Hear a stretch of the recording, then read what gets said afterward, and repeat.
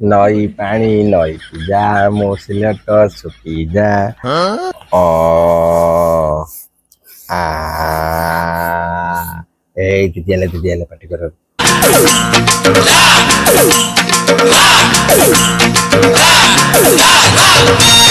ଦିଦି କଣ କିଛି କହିଲେନି ଡାଇରେକ୍ଟ ଯାଇକି ବସି ପଇଲେ ହୁଁ କି ହୁଁ। ହଉ ଛାଡ଼ନ୍ତୁ ଚଳିବ। ଗୁଡ୍ ମର୍ଣ୍ଣିଂ ଦିଦି।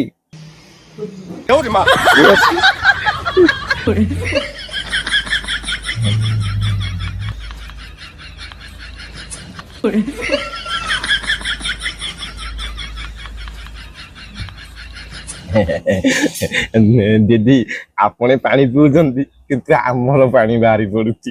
कंट्रोल। ଆମ ଦିଦି କି ଆପଣ ମାନେ ଚିହ୍ନିଛନ୍ତି? ଆମ ଦିଦି ନାଁ ହଉଛି ସୋନା। କେବେ କାହାକୁ କରିନାହାନ୍ତି ମନା। ଦିଦି ପିଲା କହୁଛନ୍ତି ଯେ ଆମେ ଦିଦିଙ୍କ ନାଁ ତ ଜାଣିଲୁ ସୋନା ବୋଲି, ଦିଦିଙ୍କର ପ୍ରକୃତ ଘର କୋଉଟା ଟିକେ କହିଦିଅନ୍ତୁ। ଆମ ଘର ହଉଛି ଜଗତସିଂହପୁର, ଆଉ ଆମେ ରହୁଛୁ ଏବେ ବାଙ୍ଗାଲୋରରେ।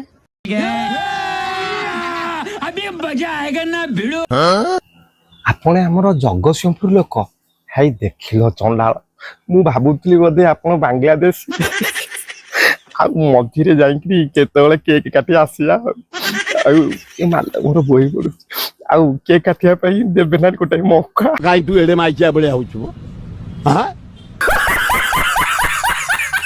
ନାଇଁ ଦିଦି ଆମେ ଆଉ କାହିଁ କେକ୍ କାଟିବୁ, ଯିଏ କାଟିବା ଲୋକ କାଟନ୍ତୁ, ଖାଲି ଆମେ ଦୂରରୁ ଥାଇକିରି ସେଲିବ୍ରେସନ କରିବୁ। ଆପଣ ମାନେ ଜାଣିନଥିବେ ଦିଦି ଆମର ଖାଲି ପାଠ ପଢାନ୍ତିନି, ମଝିରେ ଫାଙ୍କା ଟାଇମ ପାଇଲେ ବ୍ଲଗ ଭିଡିଓ ବି କରନ୍ତି।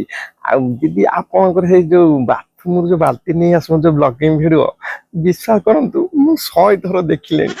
ହେଲି ଶିମିଳି ଗଛ ଭଳିଆ ଏଠିନା ବଗ ଗଛ ହେଇଗଲେଣି। ମୁଁ ତ ଭାବୁଛି ଆଗକୁ ବୋଧେ କାଉଁରିଆ ହେଇଯିବି।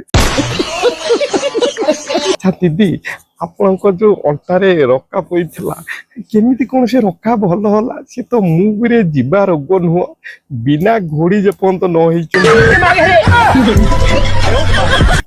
ସରି ଦିଦି, ମୁଁ ନକଉ ନକଉ ବହୁତ କଥା କହିସାଇଲି, ପୁରା ଭିତରକୁ ନେଇଗଲେ।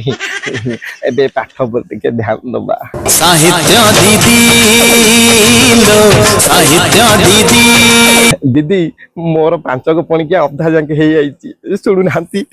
5 5 ଟିକେ ଟିକେ କରିକିରି କେଞ୍ଚେ, 5 ଦୁଗୁଣେ 10 ଘୋଡି ହେଇକିରି ବସ, 5 3 15 ଭିଡିଓ କଲା ବେଳେ ସବୁ ଅନ୍ଧାର, 5 20 ତମ ବାବୁଙ୍କର ଗୋଲାପଜାମ ଯୋଡ଼ିଏ, 5 25 ତମ ଛାୟା ତଳେ ଆମ ଭାଇଙ୍କ ଅଫିସ।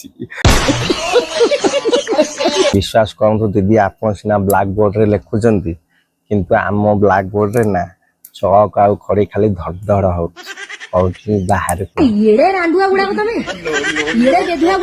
କଣ ହେଇଛି?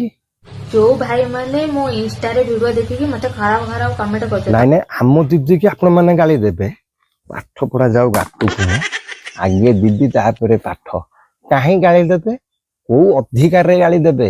ଆପଣ ତାଙ୍କ ଟ୍ୟୁସନ ହେଇଛନ୍ତି ନା ବ୍ଲଗିଂ ଭିଡିଓ ତାଙ୍କୁ ହେଲ୍ପ କରିଛନ୍ତି? ଆପଣ ମୁହଁକୁ ଲଜ୍ଜା ଶରମ ନାହିଁ? ଆରେ ସିଏ କଣ ଏମିତି ଖାଲି ଗୋଟେ ରୋଜଗାରର ପନ୍ଥା ସିଏ ଖୋଲି ଦେଇଛନ୍ତି? ସିଏ ତ ଦେଶର ପଇସା ଲୁଟି ଖାଇନାହାନ୍ତି।